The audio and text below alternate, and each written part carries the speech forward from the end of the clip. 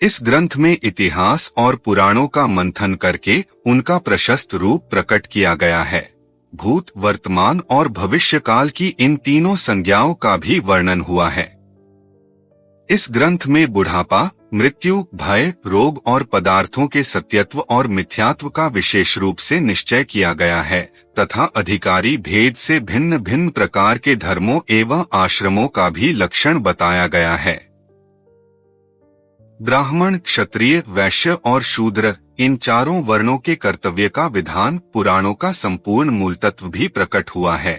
तपस्या एवं ब्रह्मचर्य के स्वरूप, अनुष्ठान एवं फलों का विवरण पृथ्वी, चंद्रमा, सूर्य, ग्रह, नक्षत्र, तारा, सतयुग, त्रेता, द्वापर, कलियुग इन सब के परिमाण और प्रमाण ऋग्वेद, यजुर्वेद, सामवेद और इनके आध्यात्मिक अभिप्राय और आध्यात्म शास्त्र का इस ग्रंथ इस विस्तार वर्णन किया गया।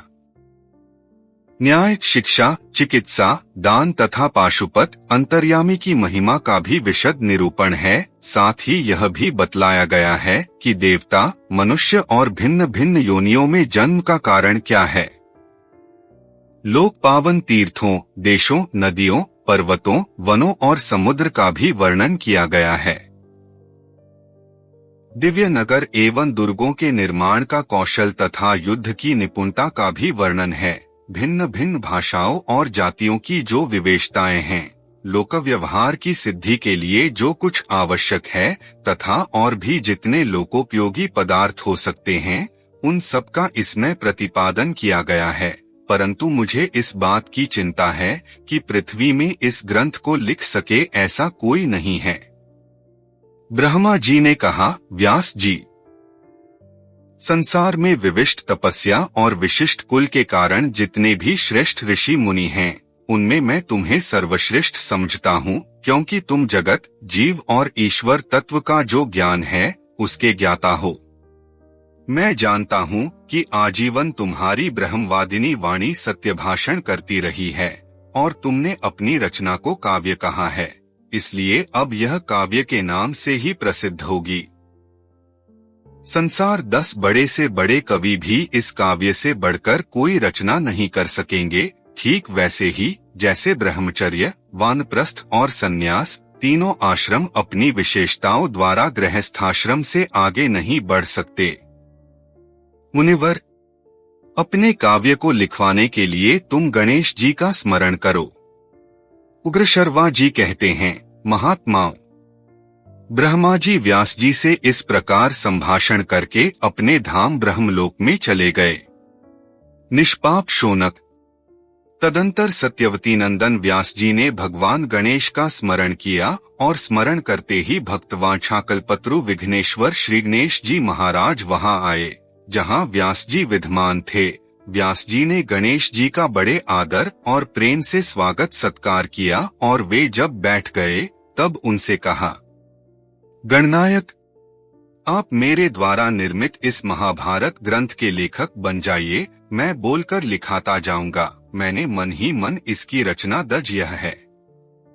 यह सुनकर विघ्नराज श्री गणेश ने कहा, व्यास जी, यदि लिखते समय क्षण भर के लिए भी मेरी लेखनी न रुके तो मैं इस ग्रंथ का लेखक बन सकता हूँ। व्यास जी ने भी गणेश जी से कहा, बिना समझे किसी भी प्रसंग में एक अक्षर भी लिखिएगा। गणेश जी ने ओम कहकर स्वीकार किया और लेखक बन गए। तब व्यास जी भी कुतूहलवश ग्रंथ में गांठ लगाने लगे। वे ऐसे ऐसे श्लोक बोल देते जिनका अर्थ बाहर से दूसरा मालूम पड़ता और भीतर कुछ और होता।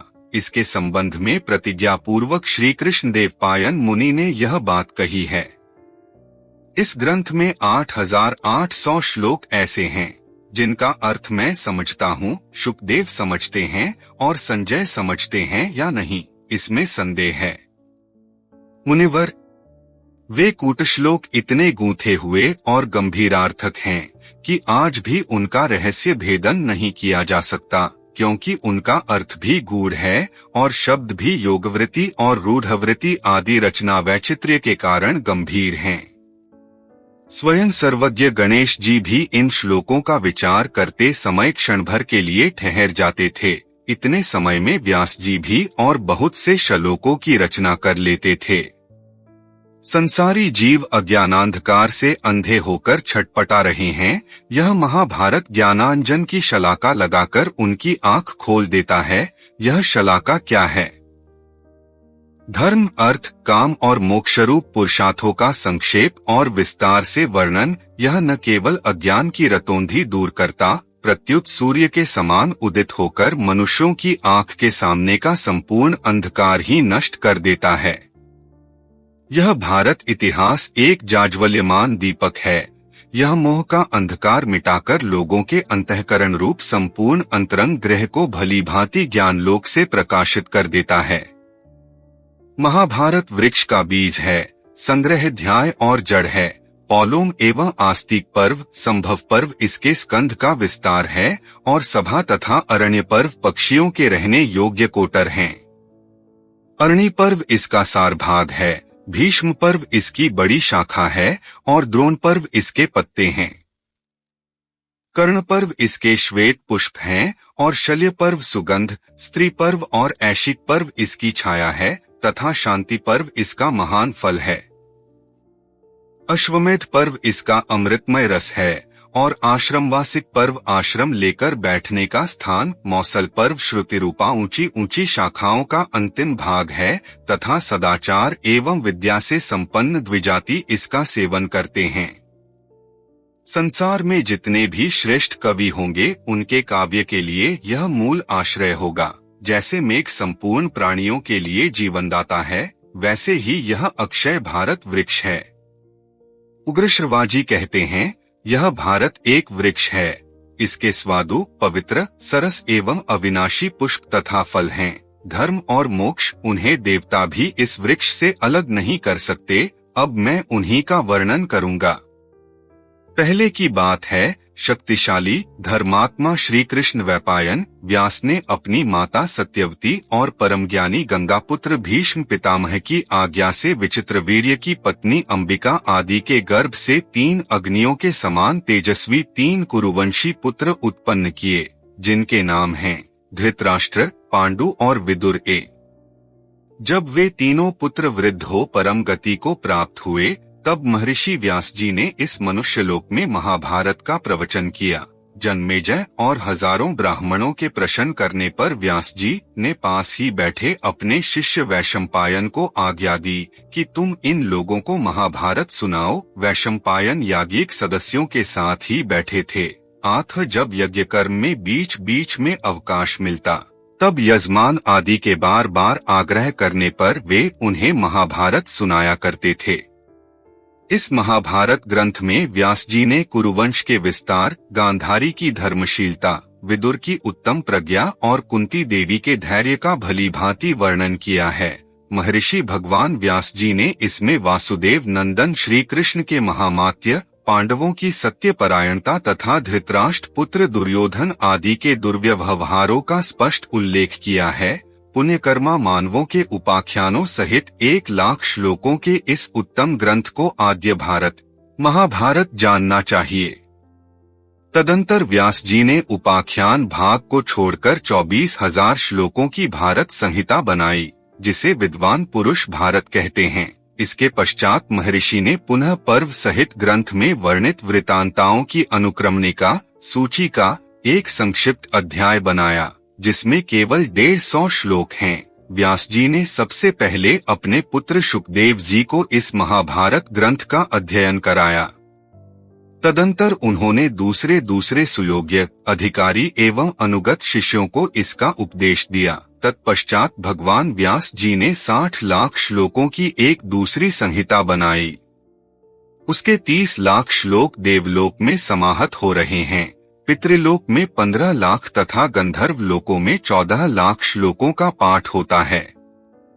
इस मनुष्य लोक में 1 लाख श्लोकों का आद्य भारत महाभारत प्रतिष्ठित है। देवऋषि नारद ने देवताओं को और असित देवल ने पितरों को इसका श्रवण कराया है। शुकदेव जी ने गंधर्व, यक्ष तथा राक्षसों को महाभारत की कथा सुनाई है।